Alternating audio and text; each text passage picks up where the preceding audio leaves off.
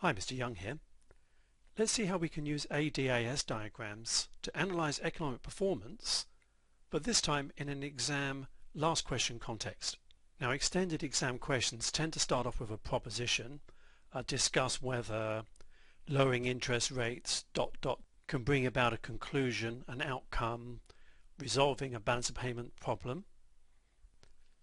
Now, many macroeconomic students have a crisis of confidence in the last question.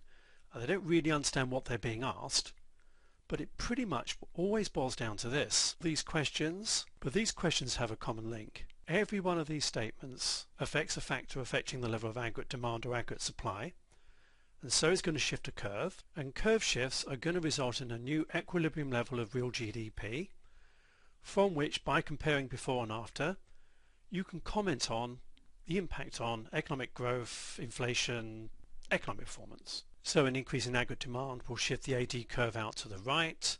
There'll be economic growth, an increase in the price level, inflationary pressure. But this increase in aggregate demand could have been brought about by an expansion in fiscal policy, a cut in income taxes. In fact, these demand management policies.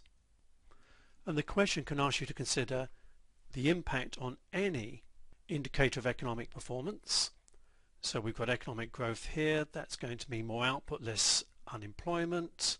Careful, this increase in the price level will exert inflationary pressure. So the proposition that an increase in aggregate demand lowers inflation, well, in the demand pull sense, that's not true. Now, it's not enough to simply use an ADAS diagram without explanation. So if you ask to analyze the impact of a policy, make sure that you set out carefully the transmissions mechanism. That is, the steps by which, say, a cut in interest rates will actually finally impact on aggregate demand, hence real GDP, hence economic performance. So the final question in F582 is really going to ask you to use your ADAS diagrams. I think there are three main types of question.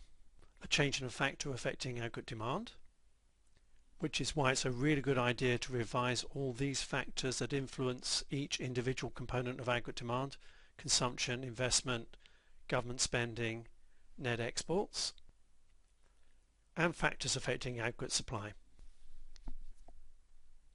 Why? Because you may be asked why a policy actually impacts on inflation, and you need to be able to see the link between how, say, a change in interest rates affects a given component of aggregate demand, and hence an economic indicator. Now, there is one last type of final question, and that's whether a change in some economic indicator like economic growth or inflation is beneficial, i.e. does it improve economic performance? Do the benefits outweigh the costs?